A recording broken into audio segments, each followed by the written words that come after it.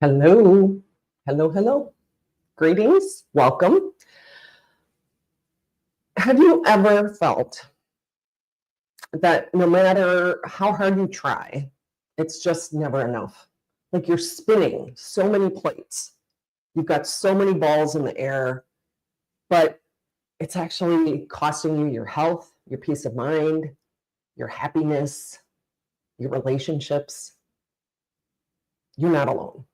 Okay. I just want you to say, I want to let you know you are not alone. I've been there. I know many women who are in the same place, but this isn't your fault.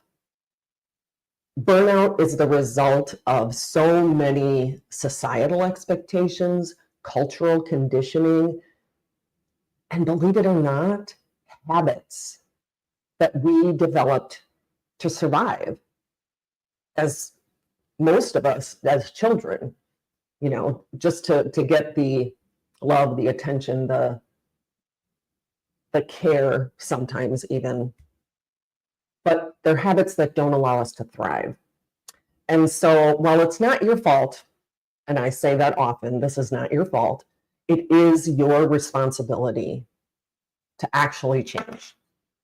And the good news is you do not have to do this alone.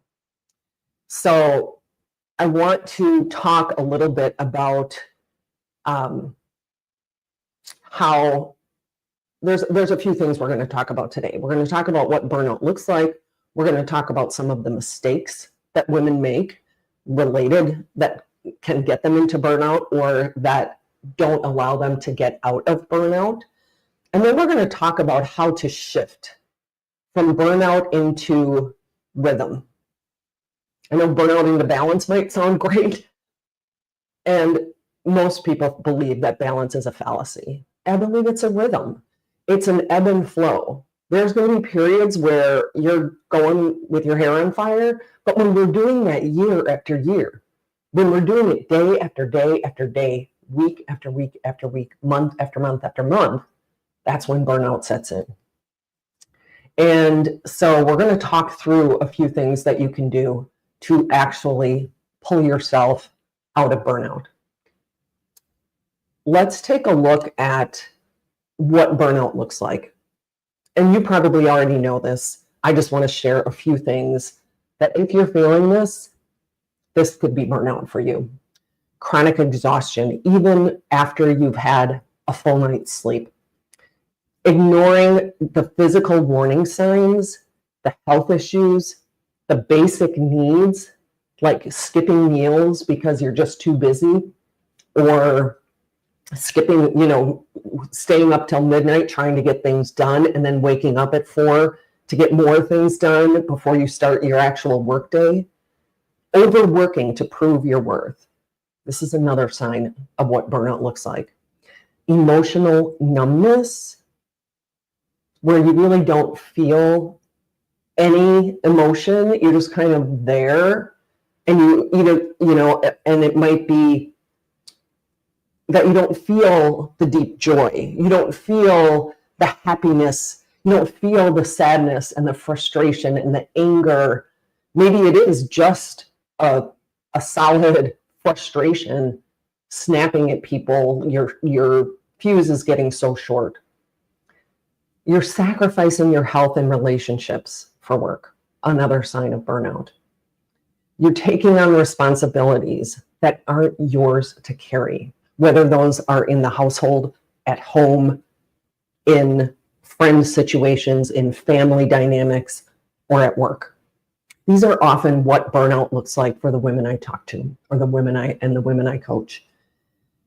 And a few mistakes that I wanted to talk about are believing that it's their fault. Like, this is my fault. There's something I should be able to do this differently. Or thinking, this is just the way it is. It's just what is required for success. And it's just not true. Another mistake I often see women make is that they're trying to use self-care practices to recover from burnout, and they don't address the root cause. Now, we can't fix societal expectations. We can't fix what happens out here, which is why I help women recover from burnout from the inside out.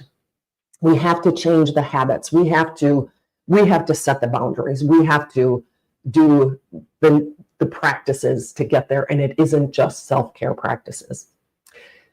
Another mistake I see most women make is feeling like they have to do it all.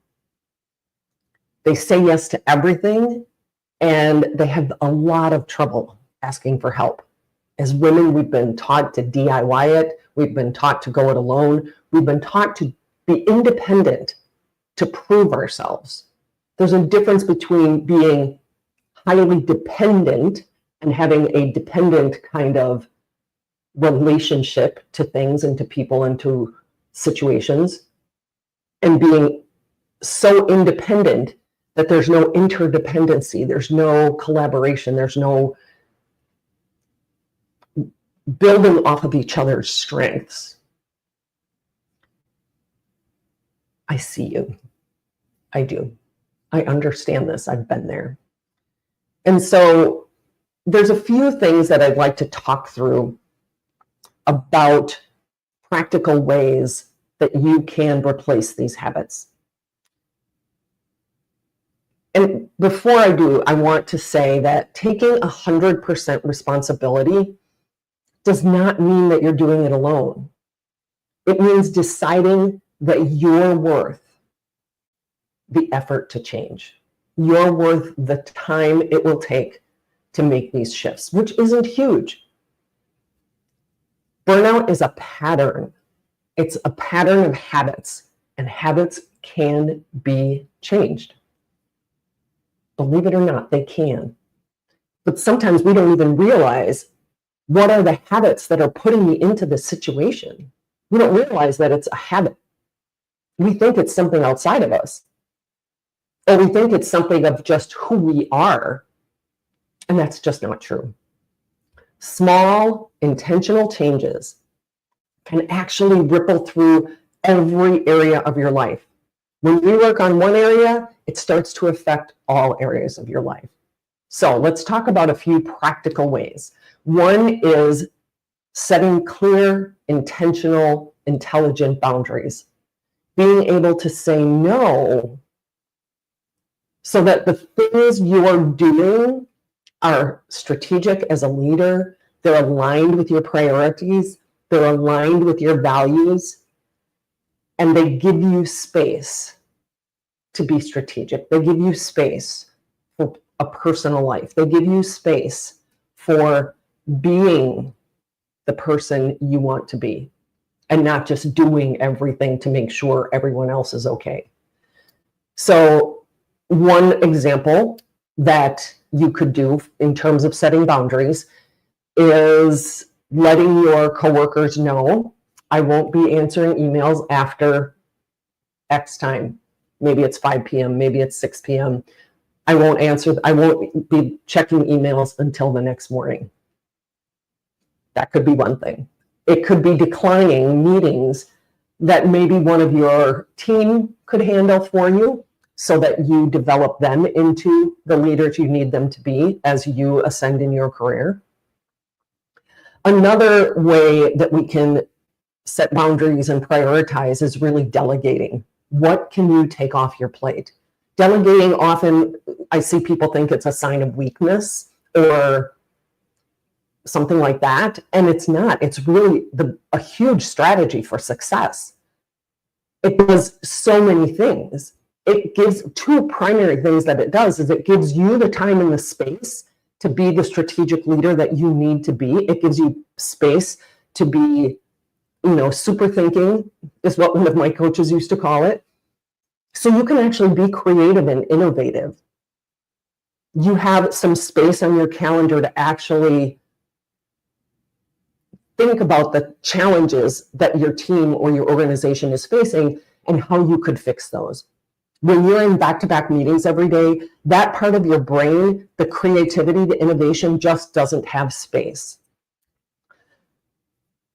So delegation is a huge success strategy. The other side of that is that it builds your team's skills. When you're delegating to them and letting them handle situations, you're building the skills and the capabilities of your team. So see if you can find a way to get a meeting or two off your calendar and block time in your day for that strategic level thinking, for super thinking. Something that needs your creativity, your innovation, your best thinking, rather than just speeding through your day, meeting to meeting to meeting to meeting. Try to put really some good thought into the things that need your good thought, rather than trying to do that at the end of the day when you're exhausted. All right, so that was boundaries and priorities. Let's talk about daily rhythms and energy management, or energy, how you can get to a place where your energy is sustainable, regenerative.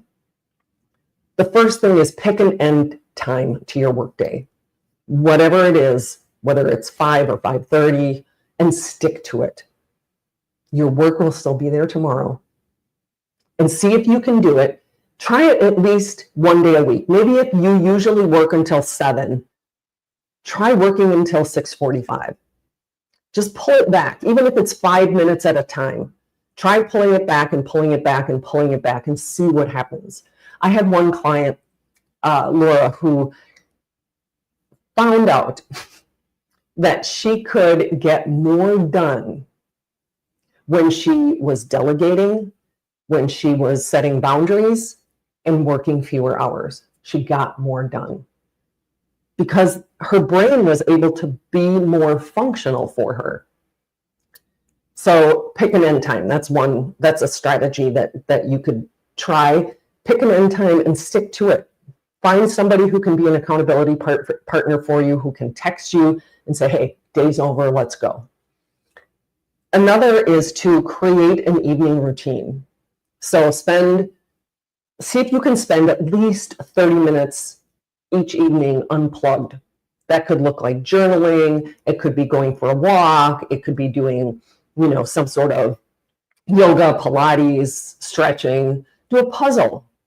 Read something that's non-work related instead of scrolling on Instagram or scrolling on Facebook and watching the next episode of whatever it might be. So see if you can create an evening routine that gives you space. The statistics say, or research says, that if you don't give your brain that thinking time in the evening, if you don't turn it off from work, and you don't give it what's called active rest, you're actually 20% less productive the next day. All right, what is another one? Another one is to take regular, when we're looking at the kind of the energy management and daily rhythms, is to every 60 to 90 minutes, step away. Give yourself just a couple of minutes. If you're in the office, take a walk around the floor. If you're at home and you're working from home, maybe it's step outside, even if it's cold outside, like it is here. Put your coat on and just walk to the end of the driveway and back. Or just open the door and take a few deep breaths of fresh air. Get away, just get up and move. When we're sitting at our desk, meeting after meeting after meeting after meeting, that is so unhealthy for us. Just getting up and walking and getting some movement in your day can make such a difference. There's a couple more. I'm going to go into some of these in maybe my next live. One of the things when we talk about an evening routine, prioritizing your physical and mental health, this is so important. Because when we're in that go, 12 hours a day, 14 hours a day, what that's doing to our body is putting us into a constant state of stress, this fight or flight, when we're going, and worrying about this and worrying about that, and what's next, and what meeting what do I have to prepare for? What am I not, what do I have to do with this person or this meeting or that meeting? That constant stress just wears away your immune system. And so what's happening is from the inside out, that stress actually damaging your physical health. You may see it as aches and pains, or just recurring digestive distress, or recurring headaches, or maybe it's some sort of dis-ease you've got, whether it's a chronic fatigue or some autoimmune disorder or something major like cancer. These are all things that we have created a petri dish in our body for, because we are stressed so often and so much that we've just dampened down our immune system so far that it just can't fight anything anymore. So, can you commit to getting a full night's sleep? How can you stretch it out so that you're getting 7 hours minimum of sleep a night? See if you can, even if it's a few nights a week, turn off electronics and 30 minutes to an hour before bed. If it's hard, start with 15 minutes, go to 16 minutes, 17 minutes, and day by day, see if you can work up to a minimum of 30 minutes before you go, put your head down on the pillow, no electronics. Move your body every day, whatever that looks like for you. For some, it's a HIIT workout, it's a run, it's going to the gym. Even if it's just some walking every morning. Actually, the sunlight in your eyes every morning as the sun is rising is so helpful for your overall health, your mitochondria health, all of this. No glasses, no contacts, but getting your eyes in the sunlight at sunrise can be so helpful. And even just that walk, maybe it's you're going to take 15 minutes and walk down the block, whether you're in the office or whatever it is. Or maybe it's a couple of laps around the floor. Management by walking around. There you go. The last thing I want to share in terms of strategies is please seek some support. Don't try to do this alone. Find a coach. And this is what I do. I coach women in burnout. I coach women to have the life they want, the life they deserve, the life they love.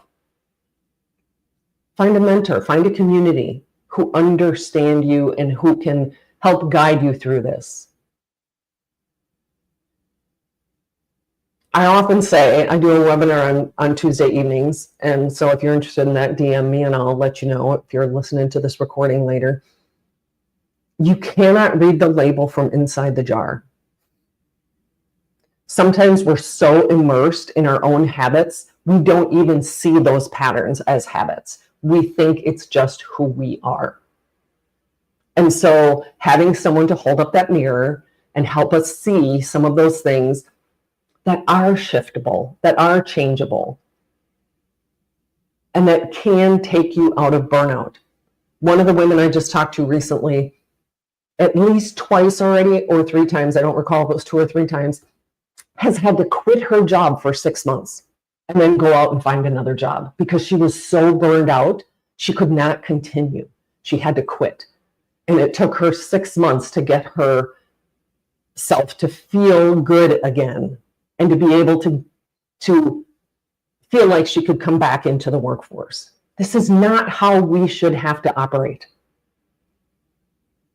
Please, having someone to guide you through, having someone to support you through can be so helpful. You don't have to do this alone. Because trying to do it alone can often just keep you stuck. So burnout does not have to define your life.